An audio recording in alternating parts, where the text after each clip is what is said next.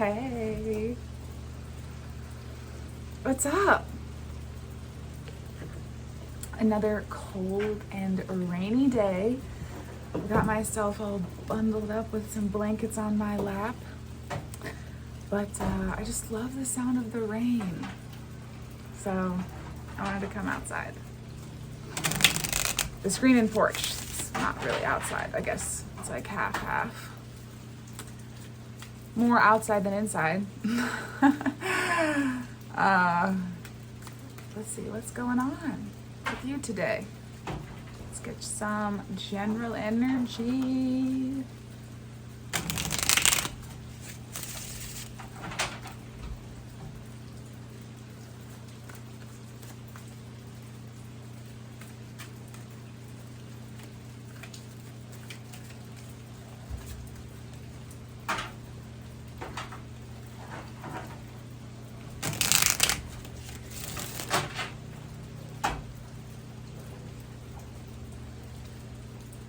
Sweetness,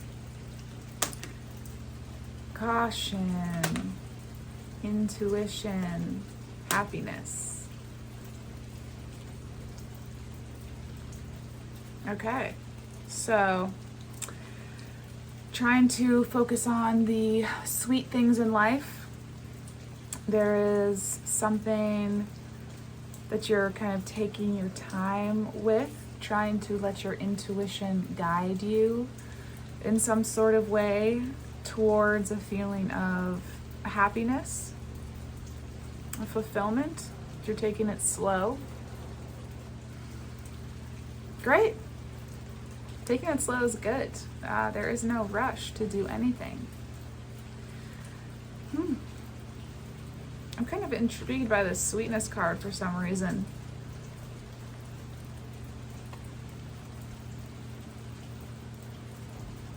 I don't really have that much to say. Let's see if they're interacting with any other cards that come out later on.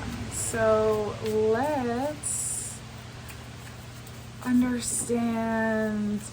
I want to understand this caution and the intuition. There's something that you feel like you have to be cautious with.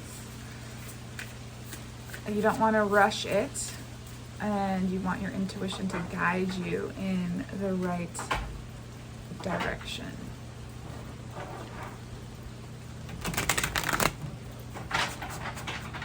So let's understand, what is this thing you're being cautious about? What is it, and what is it you want your intuition to, I don't know, help you see or achieve?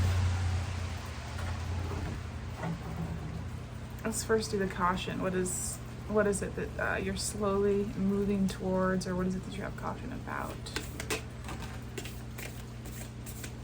Ace of Swords.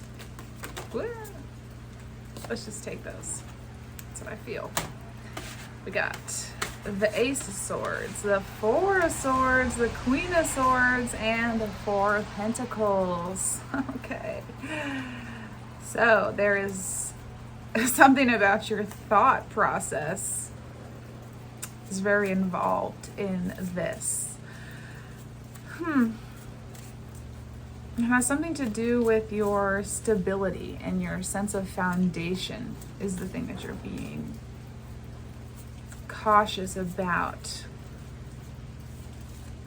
Or like maybe that is the happiness that you're seeking, some sort of stability and sense of secure foundation. This is what you're cautiously moving towards. Ace of Swords. There's some sort of change that you want to make in your life.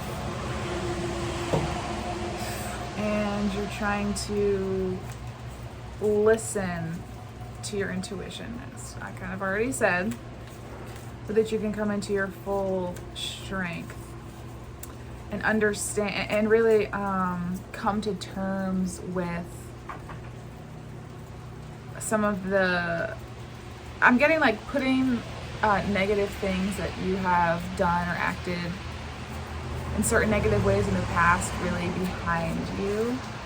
So the Queen of Swords is She tells you the hard truths that you need to know, but you can't overcome the shadow sides of yourself unless you know what the shadows are, and the Queen of Swords helps you see those things. The Chariot and the Seven of Pentacles. Okay, so the Chariot is under the Four of Swords. So you're trying to understand how to move towards this success. You're trying to rest and come into a place of being able to receive guidance from these higher energies that want to help you get to the place where you feel like you will have a sense of fulfillment and satisfaction out of life. So you want to understand how to get on the Chariot. So there's the word success is on so many of these cards. So I love these cards because they have, I don't know if you can see that, like up at the top of the Chariot, it's probably not focusing. There are little words that are associated with this, and it really helps just kind of give like a little snapshot. And then if my eyes are drawn toward particular words on the cards, that is just telling me the sort of message that is wanting to come out. So the word success is on 3 of these cards. So you're really thinking about your sense of success and happiness and fulfillment, and you want to get on the Chariot so you can move towards that, so you can see the fruition of your goals, so this potential you know you have is fully realized. And I think that there is something. So the Seven of Pentacles is under the Queen of Swords. So the reason why you haven't seen the full realization of your potential and success is because you're working on integrating these shadow sides of yourself. And it's just, if you're working on integrating your shadow, it doesn't make sense for your manifestations to come in yet, because you won't be ready to handle them because you haven't fully integrated the shadow. And if you haven't fully integrated it, then if things come into your life, they kind of they can trigger you more easily, and then you can go back into that shadow side. That's not what you want, because that's going to bring you down to a lower vibration. It's not going to help you rise and ascend. So when you're in a period of learning how to integrate your shadow, learning to understand what your shadows are and how to value them and see them for what they are, and what they've given you in the past, and how you can transform them into light energy, when you're in that phase, it's not the right time for you to collect your harvest. You know, it's you don't go to the garden and pick the vegetables before they're fully grown. I mean, for some of them you do. Okay. No metaphor is perfect. You know what I mean. Like if you're trying to grow something, you don't pick it before the fruit has fully ripened, because then you can't pick the fruit, or the fruit that you do pick is not its fullest flavor that it could be. So I think that was probably important for you to hear. It's just important sometimes. You gotta pause and integrate these shadows. I'm not sure why I'm going down this long thing of talking about shadow work. So, okay, what else could we say about this caution? There's nothing else that's really popping out to me. Maybe you feel like you're not really sure what action or decision you could make yet. I don't know. Let's see. Maybe this is just going to be a shorter reading today. Who knows? What else should we say? I guess I talked about this shadow side, so maybe getting a little bit more information on that would be helpful for you. is there anything you could hear that would be helpful in your journey to integrate these hard truths, or to really see the hard truths?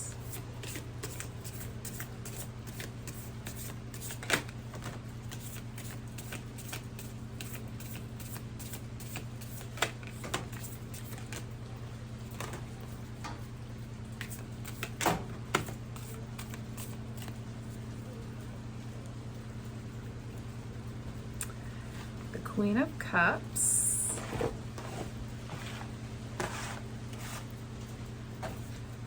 the Six of Swords, the Three of Cups, the Eight of Cups, and the Two of Swords.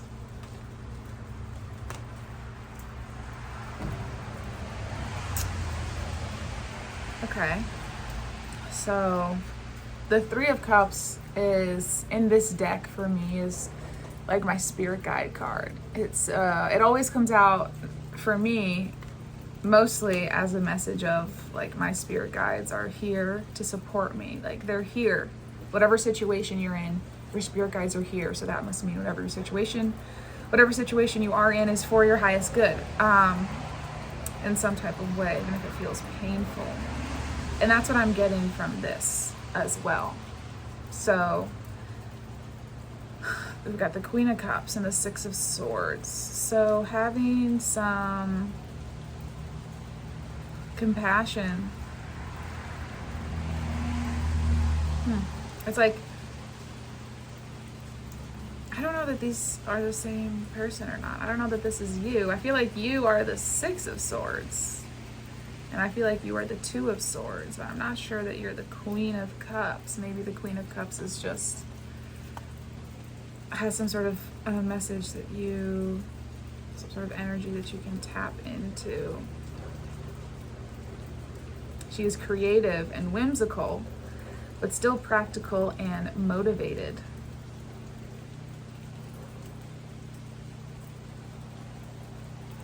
She is compassionate and forgiving.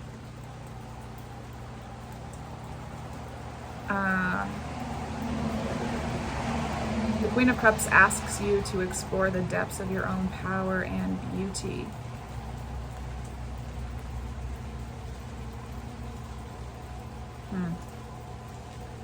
So maybe that's the kind of exploration you're going on. The Six of Swords is moving on from a past situation. It is going to calmer waters. This person is on a boat. She's moving away from where she was and she's going somewhere new. She's on a spiritual journey.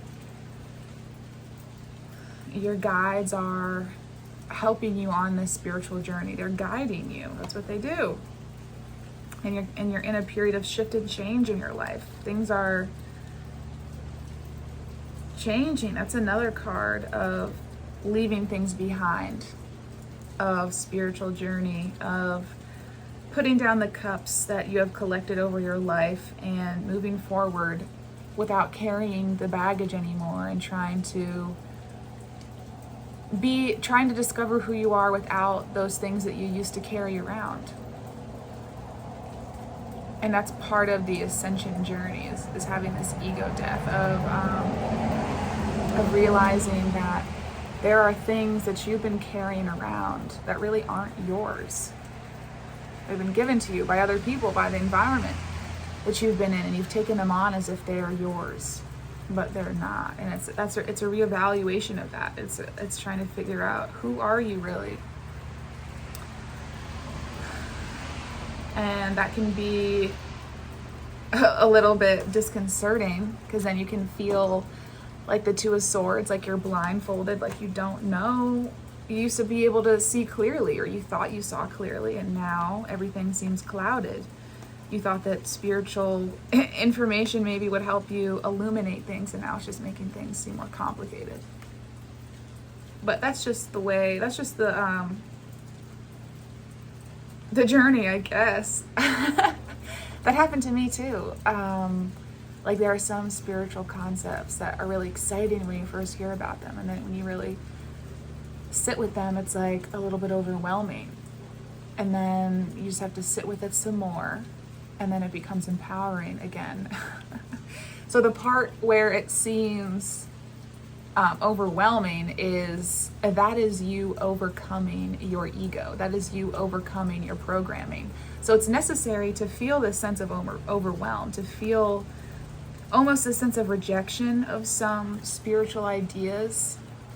And you have to feel that and then come back to a place where you do fully accept them. And that's part of you killing off your ego, part of you shedding those things that have been programmed into you.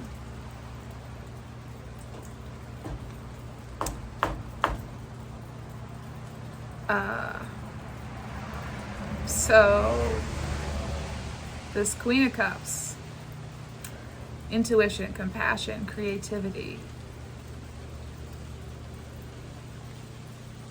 I just don't think that it's you. I don't know. All these other people are you. So maybe it's somebody else that you're moving away from.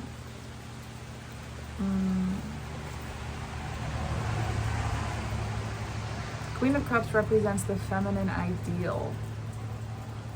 Ideal, interesting. Maybe you have been trying to be an ideal version of something, and now you're moving away from that, and you're just trying to come into your own authenticity and realizing that there really is no ideal. I mean, there is, in the fact that you being your most authentic self is like, I guess, ideal from my perspective. But then there are these other programmed versions of an ideal version of something. And maybe that's what you're letting go of. You're letting go of other people's perceptions of what is the perfect image of something or what something should be. And you're trying to create your own definition of what that is. Gorgeous. Oh my gosh. I don't even know what else to say. I think I want to get a little bit of advice from this other deck, and I want to move these so we can still see them in case they're relevant to the advice. It seems like you are really moving forward, and sometimes that can feel tough. But it's still moving forward. Okay. Let's see. What kind of advice would be helpful for you?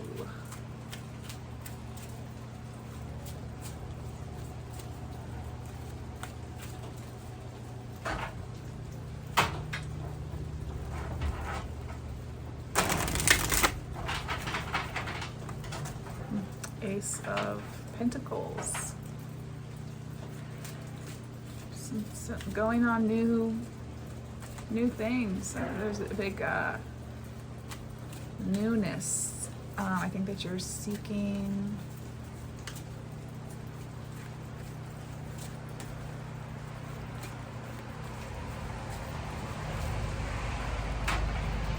what is some advice that would be helpful for you?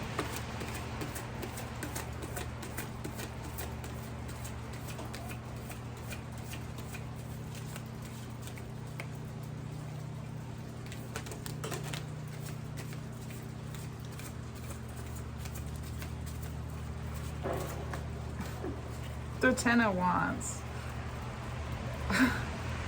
Okay. So the Ten of Wands is about feeling burdened. It's about feeling like you're carrying these 10 heavy wands. But it's the ending of a cycle. It's the 10. 10s are completions. So it's like the end of the cycle. It's the end of feeling burdened. It's the end of feeling like you're carrying these things around all the time. It's setting them down. So it's like the person in the Ten of Wands is carrying these 10 of Wands. They're burdened by them. But the thing about it is that they have the power to set those wands down anytime they want to. And so the feeling of being burdened is like a choice, I guess. It's like you can just set it down, just set the wands down. You don't need to carry them around.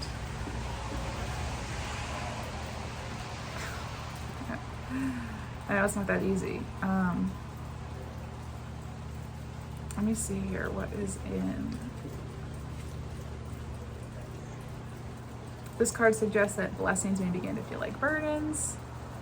Success may bring responsibilities, challenges, or complications. Confidence spurred by early wins may inspire you to fill your plate with projects that will ultimately exhaust you. Managing wealth or property may become difficult or stressful. Enlist the help you need, but don't forget to appreciate what you have. So the two wands can barely hold the wands they carry. The two hands can barely hold the wands they carry. The blooming bundle is beautiful but heavy.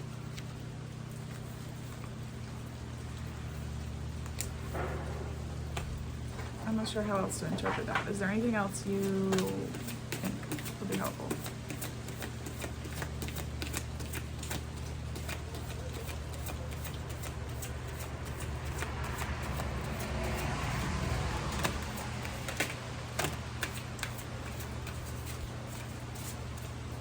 So the Nine of Swords and the Hierophant. The Nine of Swords is feeling anxiety about something.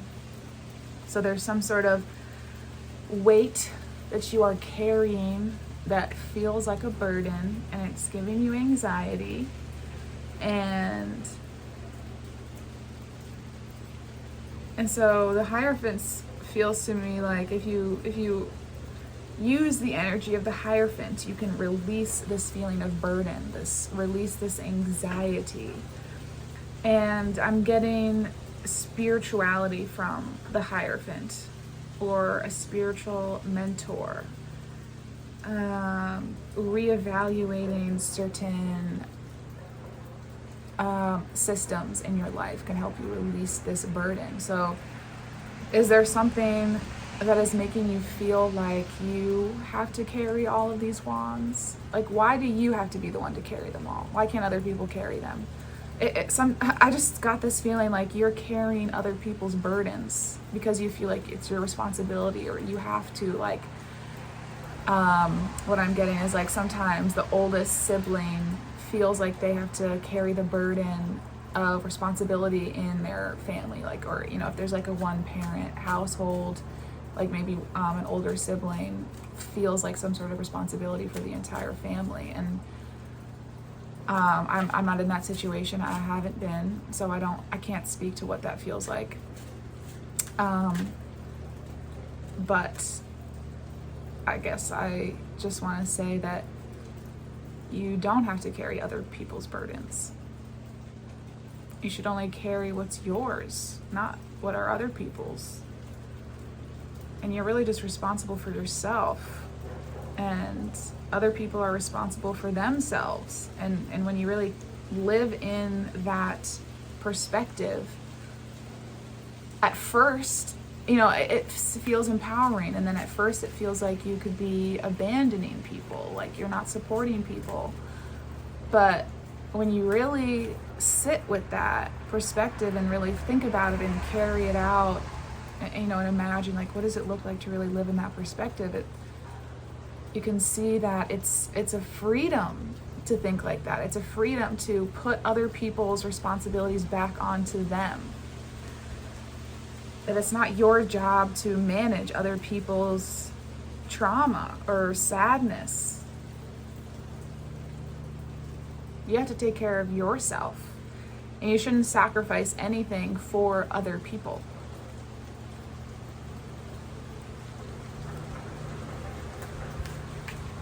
I mean, every situation is different, you know.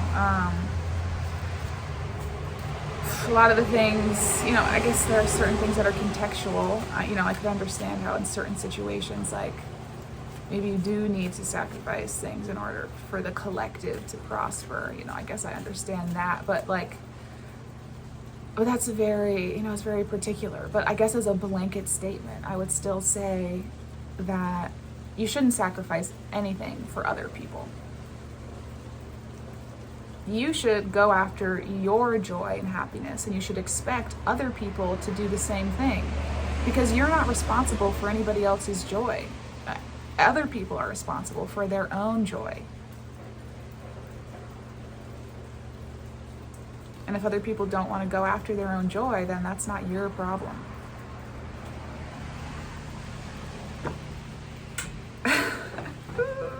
Okay. Let's just get an animal for you. I feel like this is good. I don't have anything else to say. So we'll shuffle this way.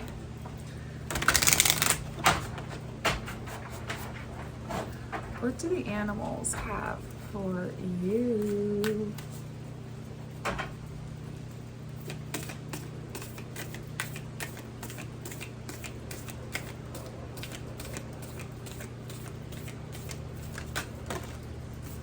Octopus. It's funny because I was really looking at the octopus in this card, and then there's a starfish above the octopus head. And a couple of days ago, the animal allies you got were starfish and octopus together. And I was thinking about that, but I didn't say it out loud. So interesting that you got octopus. Where is that little... Oh, here it is. What words of wisdom does octopus have to impart? Intelligence, camouflage, mystery and wonder, flexibility, adaptability, and fluid movement, balance and symmetry. Octopus is a sacred, ancient messenger who will reveal profound lessons to willing students and seekers. That's like the Hierophant.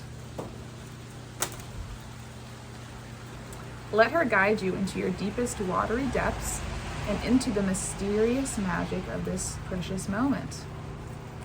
Let her guide you into your deepest watery depths, which is what I was saying about going within, integrating your shadow side. So, seems as though that's a big theme for you today, or generally speaking. So, it's important work. That's how we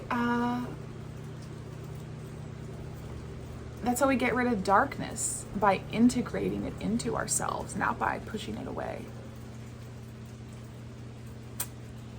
So, have a lovely day. Bye.